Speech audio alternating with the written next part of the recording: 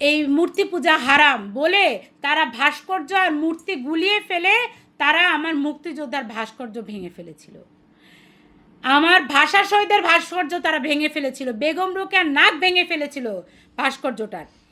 কিন্তু পরবর্তীতে আমরা কি দেখলাম? আবু সাইদের ভাস্কর্য বানিয়েছিল, মুগ্ধের ভাস্কর্য বানিয়েছিল, এবং আপনার টাকা আমার টাকা দিয়ে তারা জুলাইয়ের একটা জাদুঘর বানিয়েছিল। যে জুলাইয়ের জাদুঘরকে কেন্দ্র করে আমাদের এক সাবেক উপদেষ্টা লক্ষ লক্ষ কোটি কোটি টাকা কামিয়ে অস্ট্রেলিয়া চলে গেছে, পালিয়ে গেছে।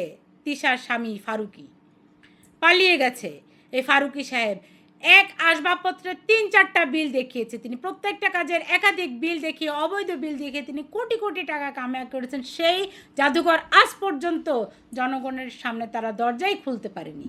আল্লাহ জানে তারা কীরকম ভাস্কর্য বানিয়েছে, জানি না আসলে এটার ভিতরে কেমন ভাস্কর্য আছে, আদৌ আছে কি না, না শুধু শুধু আপনার টাকা আমার টাকা এরা লুটপাট করে খেয়েছে।